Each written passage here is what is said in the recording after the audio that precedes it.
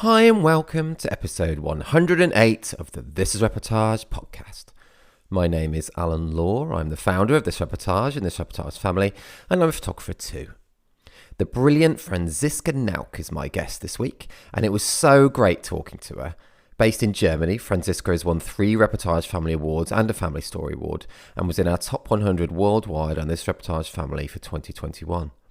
She shares so many great stories and insights on the episode today, including how burnout was one of the best things that could have happened to her, birth photography and behind the scenes of her Birth Story Award, why multitasking is something that eludes her, top tips for improving your documentary family work, why hiking in the Scottish Highlands without a mirror was a chain-breaking experience for her, and much, much more too.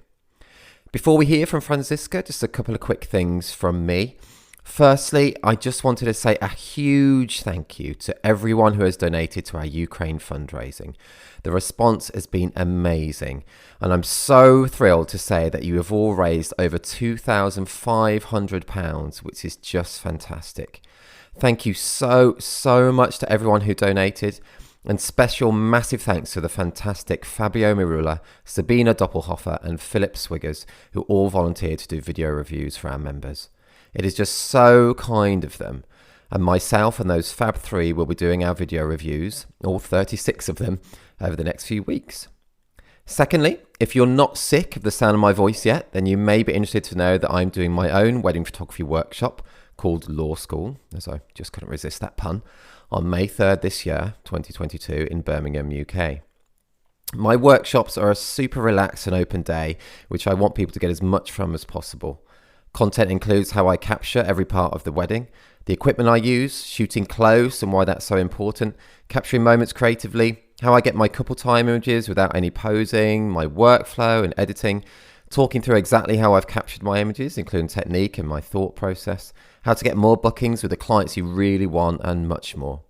I'm also going to be offering my own tips and advice on submitting to awards, as I see tens of thousands of submissions each year, so I have a lot of my own opinions on that subject. At the time of releasing this podcast, almost 2/3 of places have been taken. So if you're interested in finding out more or booking your place, you can either head to my personal wedding photography site, which is alanlawphotography.co.uk. And that's just one L in Alan, by the way, as there's actually another Alan Law Photography. He's based in Scotland, whereas I'm at the total opposite end of the UK in Cornwall, and he's got the 2 L's in his name. Bet you really wanted to know that. I'll also put a link to the workshop from this episode's page on thisreportage.com. Right, over to Franziska, and please note that this interview was recorded on the 18th of February 2022, so excuse us if there are any time-related things in our discussion that may be a little out of date now. Hey Franziska, how are you doing? Hi, Ellen. I'm fine. Thank you. Good. And, how is the weather with you at the moment? Because of this, I know I'm saying this quite often on the podcast, but it's literally a storm at the moment when I'm recording this. It's Storm Eunice. So we've got 80 miles an hour winds at the moment in Cornwall. How about, yes. I know. Yeah. How about with you? Because you're in Germany, aren't you? Yes. I'm in Germany, in Berlin, and we also had a quite big storm the last days, and it was a bit rocky here. Oh, really? And stormy. Yeah. Yes. Oh, okay. Yeah. This is a proper red weather warning. I don't know. Do you have weather warning system in Germany? Yes, we do. Yes. Okay. Yes. And actually, yesterday the schools were closed because of the storm, and yes. They were very precautious. Yeah.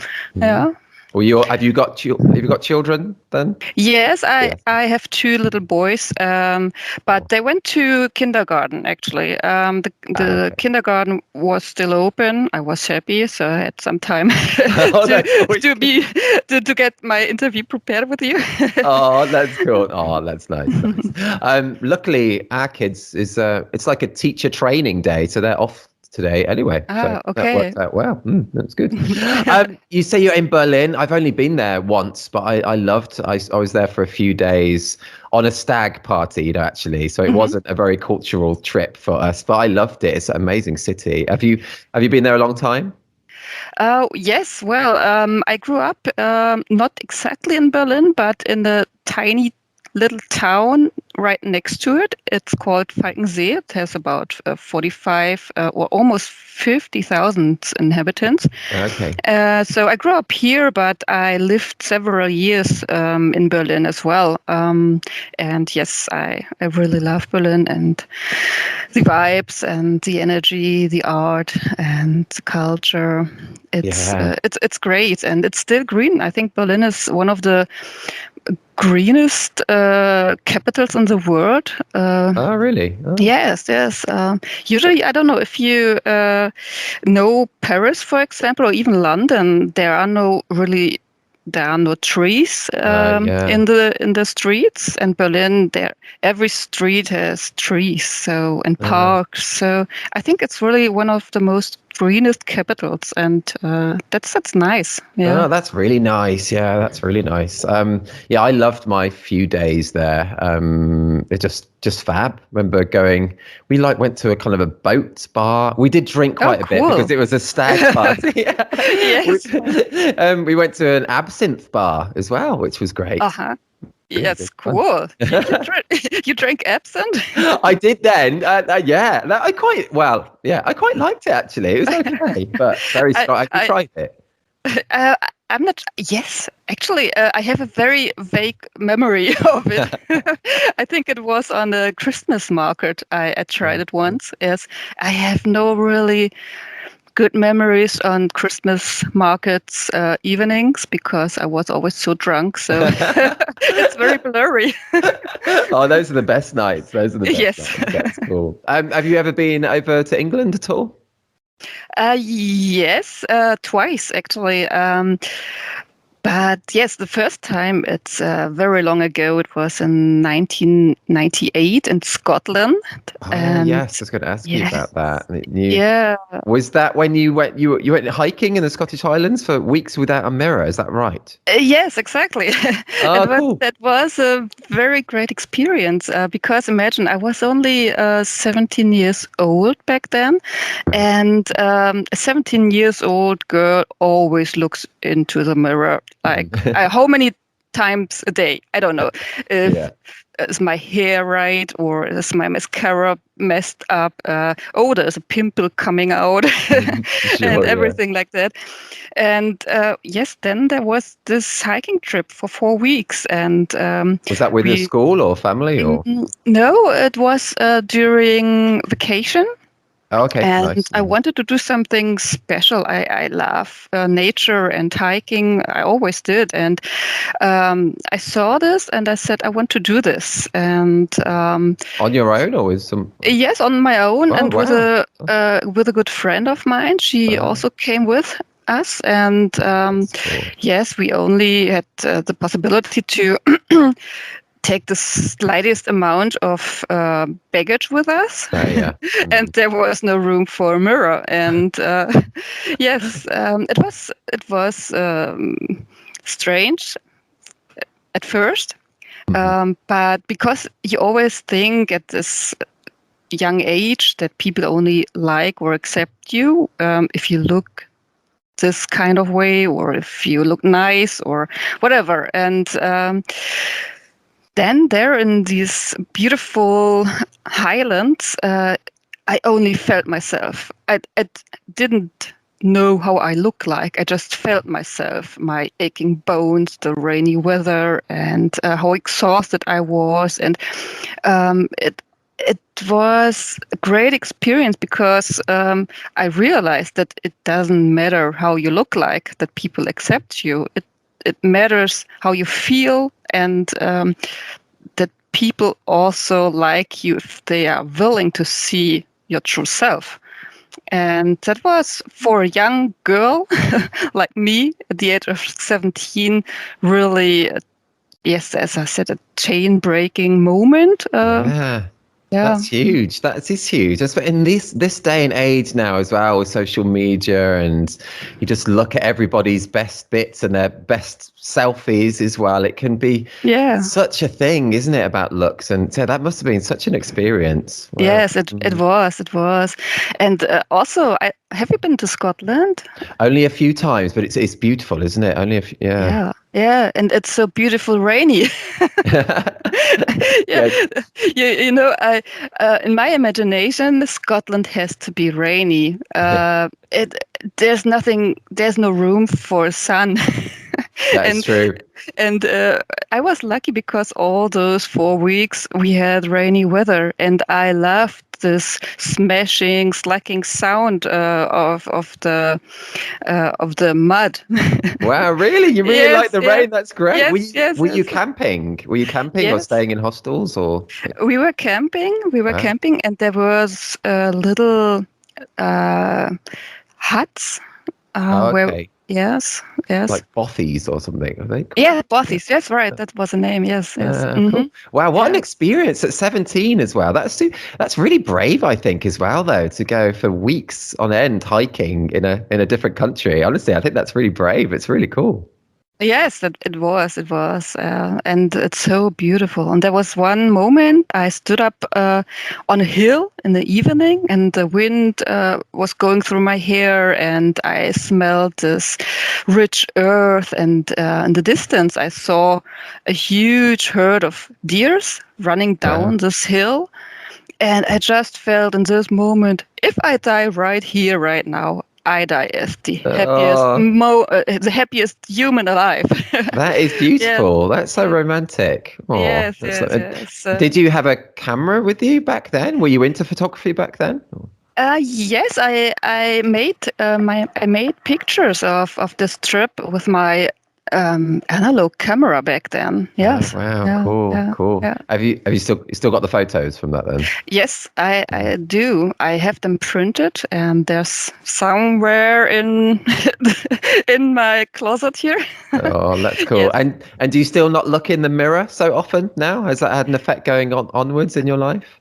I think I'm not that into trendy stuff or Mm, clothings. mm, I just be myself. So I don't that's care cool. about so much how that I have the newest thing on me.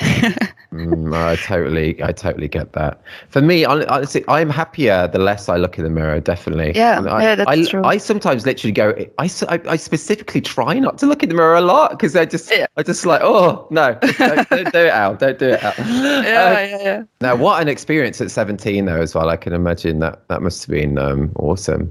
And were you confident? Your English, talking to you, you're so good. You sound like a natural English, born and bred speaker. When Oh. you were 17, you must have been confident going over to Scotland and being able to speak English back then as well. Yes, back then I couldn't speak English so well. Oh, wow. Okay. Yeah, yeah, yeah. But I spent a year in the United States as an au pair. Oh, cool. So that Tell helped a us about lot. that. That sounds a great experience. Yeah. How old were you when you did that? After school, after high school, I was 19. And then, yes, I lived in the Atlanta area with a family and two little kids. So I actually didn't learn English very well, but Oh, yeah, being around the little kids. Oh, yes, exactly. Yeah. did you teach them any German? No, no, no, I didn't. What No. what an experience to do that though for a year as well. Again, to me, that sounds something that's again super brave, and it really is. Were you not scared doing something like that? No, no. I was so happy to do that, and it was so important for me to do that, to go after school as far away as possible. Not because my family is so horrible. No, I love them dearly, but just to get to know myself and to know who I am, because at home I had the feeling always to live up to some expectations people put on me. So Sure. I needed the distance just to get to know myself and who I am and to free myself. Yes. Yeah. Yeah. That's cool. That's so cool. Honestly, I just have such respect for you for doing something like that. I think that's really awesome. And so, Francisca, let's talk about your journey to being a photographer. So I heard that you had a highly intensive job, which led to a burnout. Yeah. But that burnout at the end of your first marriage was the best thing in your life that could have happened to you. So can you tell us about that? Yes. Well, maybe I have to reach back to my family again, Mhm. and to yes, maybe I have to start with that there are many family members who are talented painters. Oh wow. My grandfather could paint beautiful, and I remember when I was a child, I went to his garage, and they were hanging beautiful oil paintings in there, and Uh, was great. He was talented, but he stopped it at a certain point in his life, as well as my father, and he also could draw beautifully, and my sister as well, my brother. And my brother, actually, he was the first in the family line who followed his passion and his dream and become an illustrator. yeah, cool. Very And cool. at the age of 3 years, he became he first got a comic book into his hands. Oh, at And three, really? Yeah. yes, and from that point on in his life, he did nothing else than drawing comics. And Oh, his big dream was to um, draw Spider-Man for Marvel. oh And yeah, cool. yes, he did, and he succeeded. And but it was a long journey to that, and he struggled a lot. Mhm. Um, yes, but for me, I couldn't walk the straight path because there were so many mixed up messages or expectations I already mentioned, and I think even the most loving parents, they are not free of addressing some kind of fears or hopes on their Mm, children, that's and true. there were so mixed up messages. And maybe it's important to know where we lived, or yes, the one message was follow your dreams, become whatever you want to be, we support you. The other message was, oh, stay safe, be safe, don't stay beside the line, Mm, don't be too rebellious. And then the third message was be successful. uh-huh. And maybe I have to mention that we grew up in the former GDR. So it was important, if you wanted to have or to live a peaceful life, to stay under the radar Okay. Mhm. and don't be too loud or rebellious. Mhm. So that was, or I still have this deep inside me not to say no or be rebellious. So it's a real big topic still for I me. understand. Mm. And then all of a sudden, in 1990, when the reunion was, we all of a sudden had democracy, the freedom of speech, and the opportunity to travel the world, and everything was possible. And so this laid the ground, I think, that my parents addressed their hopes to us children: become whatever you want to be, follow your dreams, and be successful.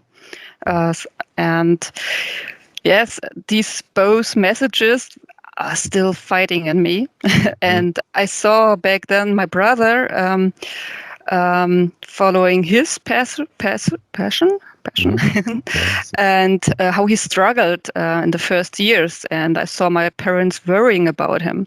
Mm. And me, as a good daughter, I thought, well, I cannot go the same way or the same path. I I'm will going to do add to their something. worries and Yes, exactly. I will go to university, and I will do something safe. And mm. so I studied, and I made a good exam, and I ended up in the economic development in Berlin. and I promoted Berlin as a center of commerce and industry all over the world, and I even went to the MIT in Boston and tried to get the best people to come to Berlin. Oh wow! And it was a very interesting and very intense job. I liked it very much, but I didn't do anything else. Right, sure. Yes, the end of it, and maybe it was inevitable with all the history I just told you, that I slithered into a burnout, and all of a sudden everything stopped. My marriage broke, and I quit this well-paid, secure, and interesting job I had, and I paused my life, and I needed time and distance to just think things through. And when you say you have a burnout, like is it something that comes up quite suddenly, or did it just kind of creep up on you? And how did it feel? Yes, it develops slowly. Nowadays, I'm more aware of all the little signs, but back then I couldn't really see them. But now I recognize that I only lived for the job, and I paid too much attention to be good at it, and giving me no room for other things. And I especially not to be there for my friends, that I didn't invited friends anymore or went out to do things which are good for me. And yes, these were the signs, and also the relationship to my ex-husband. There was no room left for us, and well, then he actually one day called me in the office, and he said, Franca, maybe it's the best if you go to your parents this afternoon after work. And that was the end, actually. And I never, from that afternoon, I didn't go back to my work, and yes. Wow, it's quite a moment, quite an event. Gosh. Oh, and then so how did you go? What happened then? Tell us what happened then. Yes. Then for a long time, nothing happened. I really was at my parents' house. I moved in again for a couple of weeks. I went to therapy and had time to think, and that was good. And from each day on, things got better. But I cannot deny that it was my life. That my life was a mess back then. But I saw the chances coming up with everything, and I compared my situation back then in this job. Like, I was a bird trying to fly. I need air around me, but I was trying to swim with fish. That's a super analogy. I love that. Yes. And you can do this for a while. I mean, there are some birds who deep into the water, who dive into the water, and they can even hold or keep up with a fish. But there comes the point where you cannot keep up with, or yes, and then you're out, and you don't have the energy left to do so. So you're a bird, and you need to find a surrounding where you belong in with air. And so I knew I had to go another way and have to find a different surrounding for me, where I'm free and where I can fly.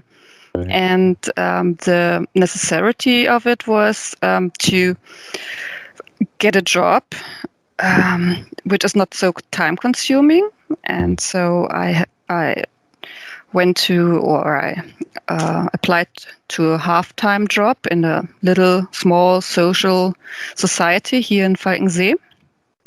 And that was great, because I all of a sudden had time to do things again which makes me happy. And I went out, and this was a time when I picked up my camera again. I took my camera and I walked through the streets of Berlin, because I was off with my work at 2 p.m. So there was a lot of time then. And I just walked through the streets, and I photographed everything which happened to be in front of my camera. And it was very therapeutic and a cure to me.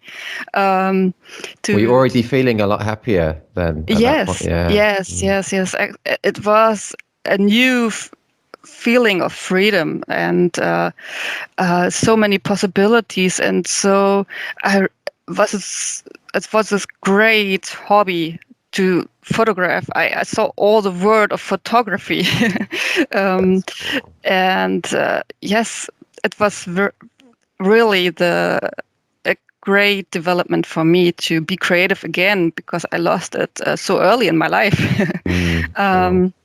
Wow. And yeah, so I photographed everything, but then at one point people came and asked me, could you take some pictures of me? Sure. There's a wedding, or I got a baby. Can you take some pictures? And so it started that I photographed more families than before. And then I got to know my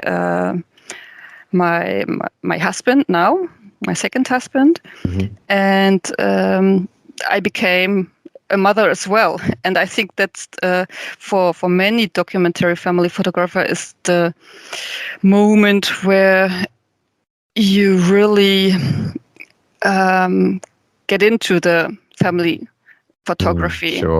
Because you see how small your children and how cute they are and how fast they grow, and you want to keep every moment. Yes. So here I am. Wow, cool. What inspirational story, Franziska, though. I think that's and thank you for talking about it so openly as well. I think that's honestly so inspirational. I think it's going to resonate with so many people listening. It really is. And I just find that honestly so inspirational to hear. It's awesome. Honestly, it's super. And you talk so eloquently about it. You really do. It's awesome. You've got such a lovely sounding voice as well. Honestly, I'm sitting here. I forget. Sometimes I just speak. It's just really nice listening to you. Honestly, it's really nice. Thank you so much. No, it's true though. It's true. And so then, how did you kind of start your business? Did you make your own website, or did you outsource that, or did you have any kind of business knowledge, or did you just jump into it? I just jumped into it. That is cool. Yes. And I designed my own website. I'm not good in giving things away. Maybe this is also a big mistake, or it throws me back in many ways. But I have the feeling I have to do, especially the website, by myself, because I have a certain imagination of how it should look like, and what kind of messages I want to give the people who look at them, who look at the website. So yes, You're doing a great job. It looks really nice. You do everything. Yeah, I get that. I understand that. It can be hard to outsource and relinquish kind of. Well, I don't know. It's not, it can be hard. I totally get that. But if I'm earning enough money, I'm not, but maybe there comes a point. Then I really want to outsource the social media work, because I know I can write blog stories or write down content, which is important, but I'm too much of a perfectionist. Perfect. I get that. It takes you a long time. Yes, exactly. Yeah. So I think that will be a game changer if I can outsource this. Yes. That would be cool. Although I get there again, that would be quite difficult. I think for me, I think to outsource that, because it's such a personal type thing, isn't it? As well, but I understand it would be great as well. So probably I will micro control it then. So it's not a big help then. No, that's true, isn't it? It could take just as long then. Yes. And Franziska, as I say, so it's really inspirational, and your work is so good. So it's so great that you are doing this, because your work is so good, and your family story award, by the way, of a birth, I think is absolutely brilliant. It's so beautiful and incredibly emotive. Congrats on that. So deserved that award. But can you tell us more about that birth in particular? Yes. Well, I'm so lucky that I could photograph this birth and this beautiful, amazing mother. And it was my first birth story at all. Oh, wow. Gosh, that's amazing. Yes. And you can imagine how excited I was and how nervous I was, because I had no idea what I am going to, what is expecting me. Yeah, and sure. If I can deal with the blood. Or if I will fall down and that's it. That would be a real fear of mine, actually. That would. Yes. Or if it's in the middle in the night of the night, and I only have a little candlelight to shoot with. But I was really lucky. It was the best surrounding I could have wished for, and. How did this? Was it a friend, or was it a client who had booked you? It was a client. Cool. She called me and she wanted me to photograph regular family reportage, because she said they got married a year ago and they built a house and they just want to celebrate all this. And I said, yes, well, I'm happy to do that. And then she told me she's pregnant. And I was like, yeah, you're pregnant. That's great. And, do you know that I really love to photograph a birth? I made a workshop almost a year ago, with two very talented photographers, Chiara Doveri, I don't know if you know her, and Marcia Friese. And yes, I really want to photograph my first birth. And she was open to that. That's cool. Yes, and I was very happy, because till then, most of the people just were like, are you sure you want to photograph a birth? Just another trend of photographing. Do you really have to do this? I mean, I don't photograph the shit coming out, so why would you have to do this? And oh, that's great to have someone who really wanted to do it, though. Yes. And it happened to be that she only lived like 5 minutes away from me. Oh, wow. That is perfect. Yes, that is great. Yes. And then the call came. I have to. We spoke only via Zoom and via telephone, because it was Corona. Oh, yeah. And we couldn't see each other. But was this in 2020, was it? It was. It was 21. 21. Okay. Yes, in July last year.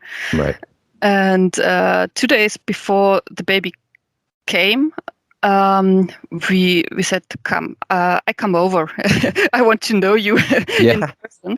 And we had a nice chat, and we sat on the kitchen table, and she showed me her house. And then I saw the bathroom, and I I thought to myself, please, please push out the baby here. It is so beautiful.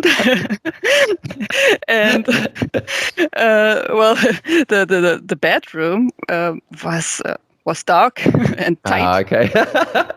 That's funny. Yes, and then 2 days later, she called me at 11:30 a.m. So in the middle of the day, and it was sunny and beautiful out lots of there, lights. and I was like, yes, it's in the middle of the day.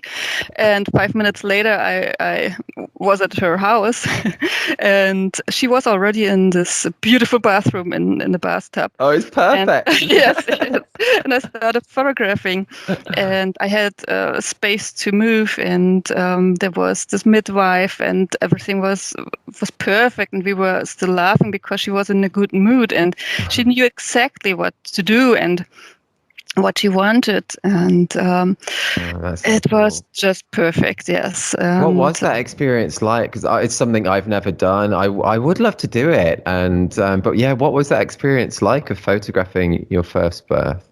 I was full of adrenaline, and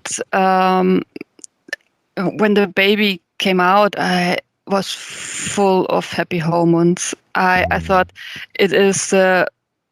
There's nothing else in the world which is more beautiful than seeing a little tiny human come into this world.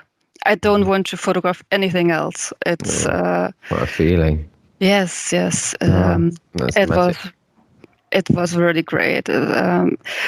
Yes.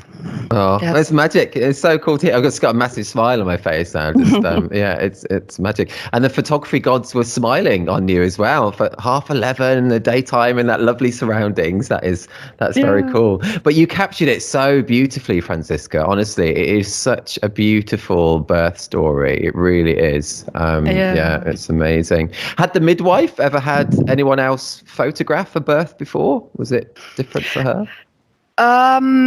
Well, we don't have so many midwives here in Germany who are allowed to attend home births. Oh, really? Oh, okay. And the ones who do, we are quite well connected to the birth photographer. And here in Berlin, we have a couple of birth photographers, and yes, so they're familiar. Okay. With that, and I was happy. So for her, it was not like, "What are you doing here?" Yeah. Actually, it's the contrary, because the midwives, they're doing such an important job, and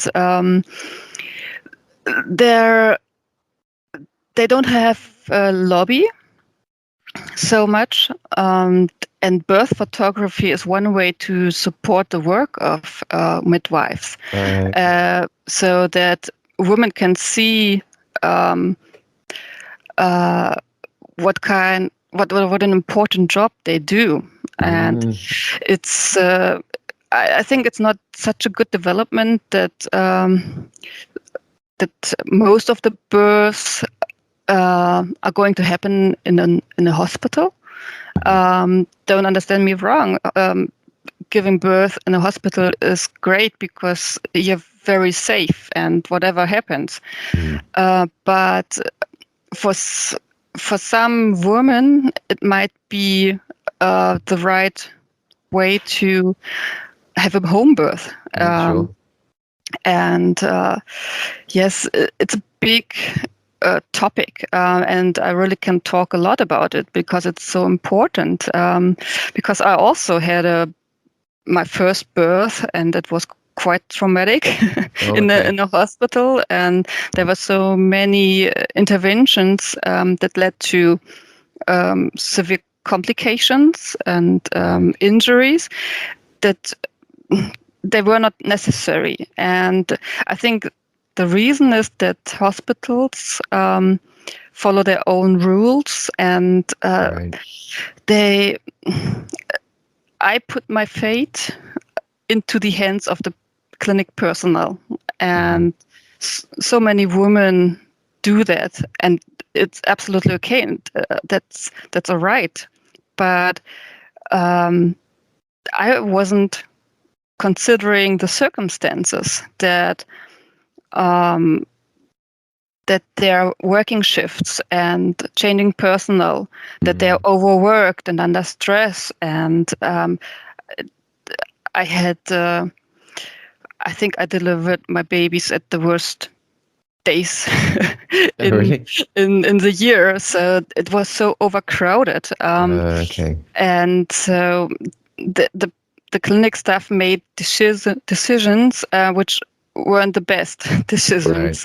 Right. Okay. So, and I think if I had a midwife at my side, 1-to-1, and all the time I needed, all that injuries wouldn't have happened. Okay. And right. yeah, so I think a 1-to-1 midwife is so important for women, and that's the reason I really like to empower women with my photographs, birth photographs, to trust their guts, what they really need and what they want.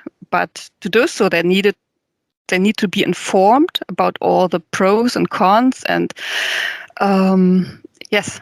Wow, that's so cool, Franziska. And you're doing something so meaningful with your work there, as well as it being just so beautiful and amazing memories. I mean, amazing images for that mother and her family and the child. Yes. You know, it's all amazing stuff that you're doing there. It really is. It's yeah. Yes, and anyone listening now, do just head to thisreportage.com or thisreportagefamily.com, and I'll include that family story award, that birth story award that you just spoke about, because I really want people to see it.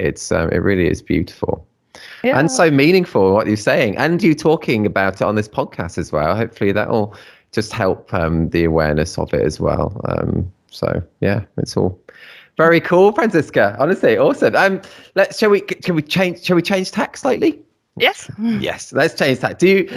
I know it's going a very different kind of subject, but do you watch many Netflix or movies or anything? Yes, I do. I watch Netflix series, but I am not good in remembering titles. yes. That's funny. Well, we'll see. You might be good. So you know what's coming then. Obviously you do. And if anyone's listening for the first time, I'm just a little game that we play, which is quite fun. I enjoy it anyway. I like being the quiz master. Quite fun. So I'm going to ask Franziska, I'm going to read some synopses of maybe a movie or a series, and we'll see if Franziska can get it. Okay. You ready for your first one? Yes. Okay, this is a very, very recent series on Netflix. So it only came out, I think, this week as a clip. Okay. Audacious entrepreneur or con artist, a journalist chases down the story of Anna Delvey, who convinced New York's elite she was a German heiress. I have no idea. No, I've not seen it yet either. But I think it was a dramatized series based on the thing that happened in America a few years ago. And it's called Inventing Anna. Ah, yeah, I heard about it, but yes, I yeah, I've not watched it yet. No, sorry. It was a tricky one because it's so recent as well. It's so recent. Okay. That's okay though. A lot of people don't get any, so it's okay. Right, Franziska, your second one is one of my favorite films. It's actually a German language film as well. And it is one of my favorite films. It's quite old, I would say. How old am I? I don't need to say that. No. It's about 20 years old or something. Okay. Okay. So it is a German language film. Okay. So the synopsis is Lola has 20 minutes to bring 100. Oh, do you know it already? Lola rennt. Yes, it is. Nice. It's so good, isn't it? Yes. I saw it. Yes, it was good. Oh, cool. Boom. You got that with just 4 words. I'm so happy I got one. Oh, it's really good. If anyone's, obviously you're listening now if you're hearing my voice, but yeah, really do check it out. It's Lola Rent in German, or Run Lola Run is the English title. I love it. I love those kind of films about fate, like sliding doors, if anything little changes, so it's 3 20-minute sections of how she's trying to get this money for her boyfriend, and it's really good. Cool, that's good. Well, that's really good. Are you ready for your final one? Yes, I am. Okay, so this is also an old movie. I don't know why I've picked old movies, but yeah, okay. So a young girl realizes that she has to stay awake at any cost to avoid the clawed killer who is butchering her friends one by one in their dreams. Oh, isn't it? Is it the one with the mask? Yes, it is. It is. Yeah, so you What's know. it's Jason. Jason? Oh no, it's a different one. Different. Oh, He's got like his nails are like knives, kind of blades. yes. What's the Ah. name? Oh, It's the killer is Freddy Krueger. yes, Freddy Krueger. Yeah. Nice, you knew it. And the film is Nightmare on Elm Street. Nightmare on Elm Street. Yes, Yeah. I was close. Yeah, got it. I will give you that. I will give you that. So that's really good. 2 out of 3. It's really good. Really good, Franziska. Yeah, that was really good. Oh, I like that. It was fun. Thank you for playing that with me. That was cool. So Franziska, you've said that multitasking is a superpower which you do not possess. Yes, So, exactly. Yeah, I totally understand that. Please tell me you don't possess it. I don't possess it either. No, I don't. No. So are you always kind of like focusing on one thing at a time? Yes, I really cannot do 2 things at a time. Even if I just edit my photos, photographs, and I try to listen to your podcast or try to watch a learning video, it's not possible. I really hate myself. I could do so many things if I were able to multitask. But there's always this little annoying voice in my head, and it's commenting everything I'm doing. Like, oh, you have to put a bit more contrast in here. No, that is too much. And here you have to lighten up the lights and putting down the darks. And oh, what is there on my phone? And it's going the whole day. I cannot push the pause button. And if I really try to listen to a podcast or to something else, after a couple of seconds, I just hear blah, blah, blah, blah, blah, blah, blah, blah, and my voice is louder again. So it's really annoying. I don't know how to end this, because it would be so great if I just could do many, or at least twice, or 2 things at a time. So I could save so much time. That's true. Yeah. But I totally am with you. You know, I totally get that. I can't, when I'm editing, I can't listen to music even. You know, I can't. I don't understand people. Some people can watch Netflix whilst editing. Yes. Those are they're amazing. I can't do that at all. Yes, it's really a superpower. It is. You're right. You're right. I've got now a little under desk cycle so I can be cycling whilst working on my laptop things. Great. But I find that if I really need to concentrate, I will just stop cycling. I can't I can't do them both at the same time sometimes. Yeah. It's the same with me. Yeah. Yes, it's something neither of us are good at that though. That's good. Yeah. And you talked about editing there, so I could just touch upon that. You know, do you any specific info on how you edit? You know, any bits of tips or advice? Do you use any kind of like keyboard shortcut system, or? No? Well, I use some shortcuts. No, do I? Copy and paste. Oh yeah, that is a very handy one though, isn't it? Yes, exactly. I think that's the most used one. And after each session, I edit one picture if I am in one surrounding, and as I like it, and then I copy it and paste it to all the other pictures, and then I do the fine tuning after that. Okay, cool. Do you enjoy the editing side of it? Yes, if there is enough, if there are many different scenes, I enjoy it, because every picture I touch is something special. But if, for example, I also do I do photograph children in a daycare. Oh, right, cool. It's just a money-making job. Sure, yeah. And then I have so many children in the same position, and all these cute faces, but it's always the same. It's just yeah. I can imagine that must be a bit numbing to edit all those. Yes. But easy to copy and paste the settings across. Yes, that's true. That's good. That kind of work, doing that. How did you get that kind of daycare? Is it portraiture type thing? Are they all sitting? Yeah. Yes. It's portraiture, so outdoor.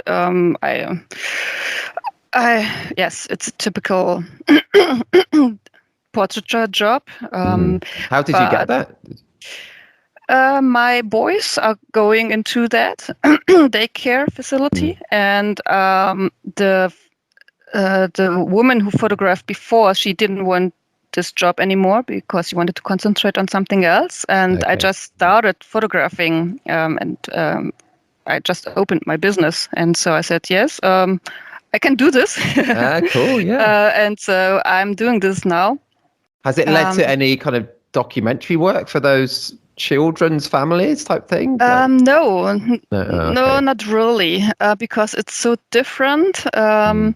And families who like the portraits usually are not aware that there is a different kind of photography, and sure.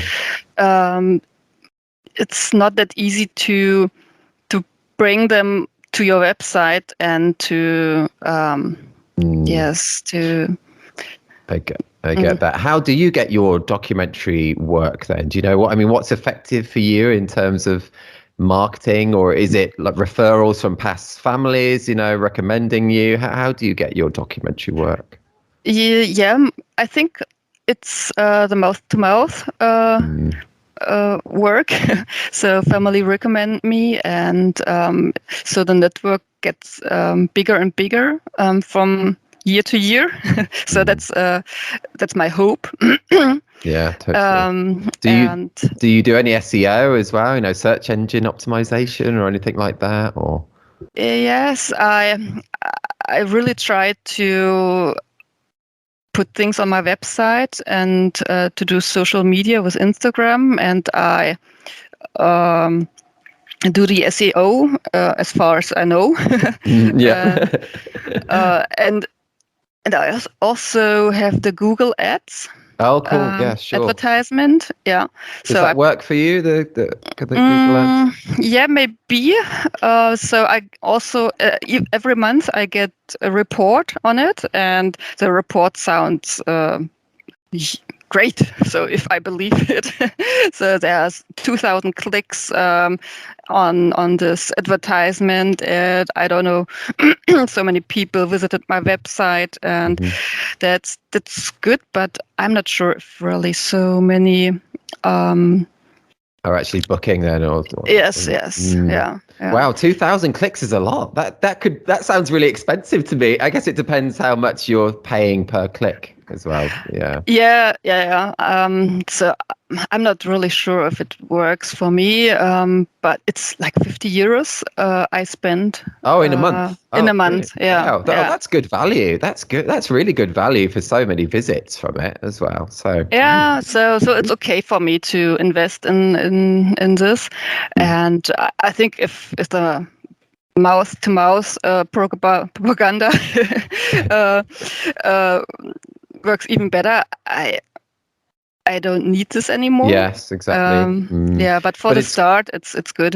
Yes, definitely, and it's always good to have different avenues of kind of people finding you. I think that's always good. So yeah, that's good. Yeah. And you spoke about your birth story award earlier, and you said that was your first birth. Have you done any births since then? Have you done any more?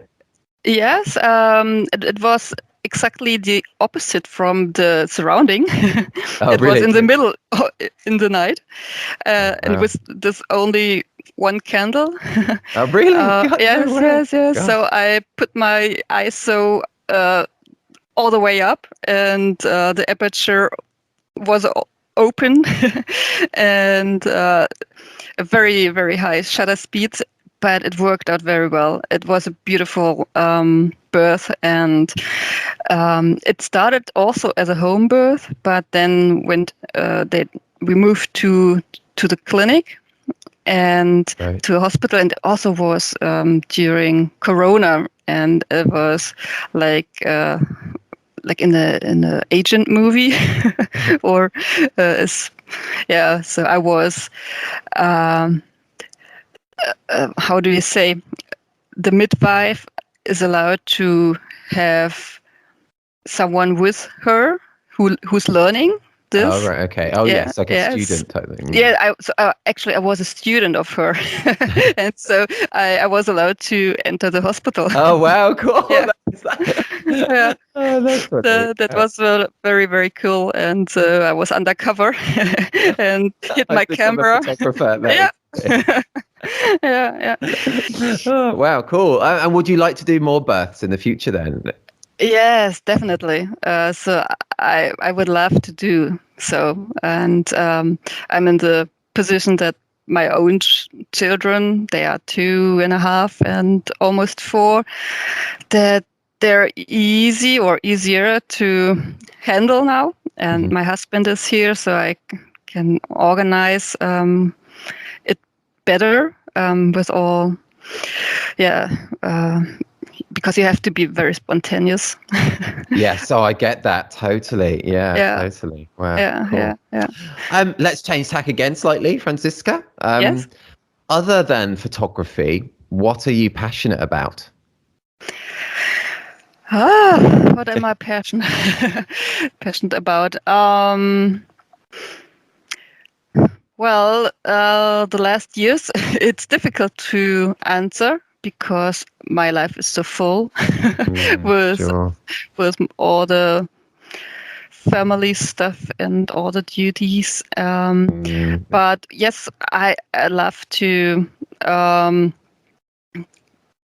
walk with my camera in the nature, or to hike, to be in nature, to attend some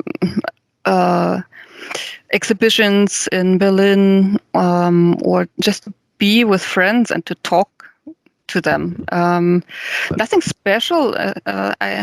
Well, those are all lovely, good things that, make us happy. That's all good. I love a nice walk. I love to walk my dog. I'm lucky in Cornwall here. I only live like a 15-20 minute walk from the water, from the sea, and it's just just makes me so happy. That does. Yes. And I really do like science fiction. Oh, do you? Cool. What? Not reading it or watching films or? Watching films and series. Do you know Battlestar Galactica, for example? Oh, I know of it, but I've watched, because I watched it as a kid a bit actually, and then they remade it as well. Yes, exactly. The remake is very good. So I can recommend this. And there's another passion now. When, as you mentioned it or asking me about, I really like playing board games. Oh, cool. And I started years ago with a good friend of mine to develop my own board game. Oh, really? Wow. But then I got pregnant and I started my business, and then it all fall apart. But yes, we still love to play board games with friends. I like that as well. What are some of your favorite board games? What do you play?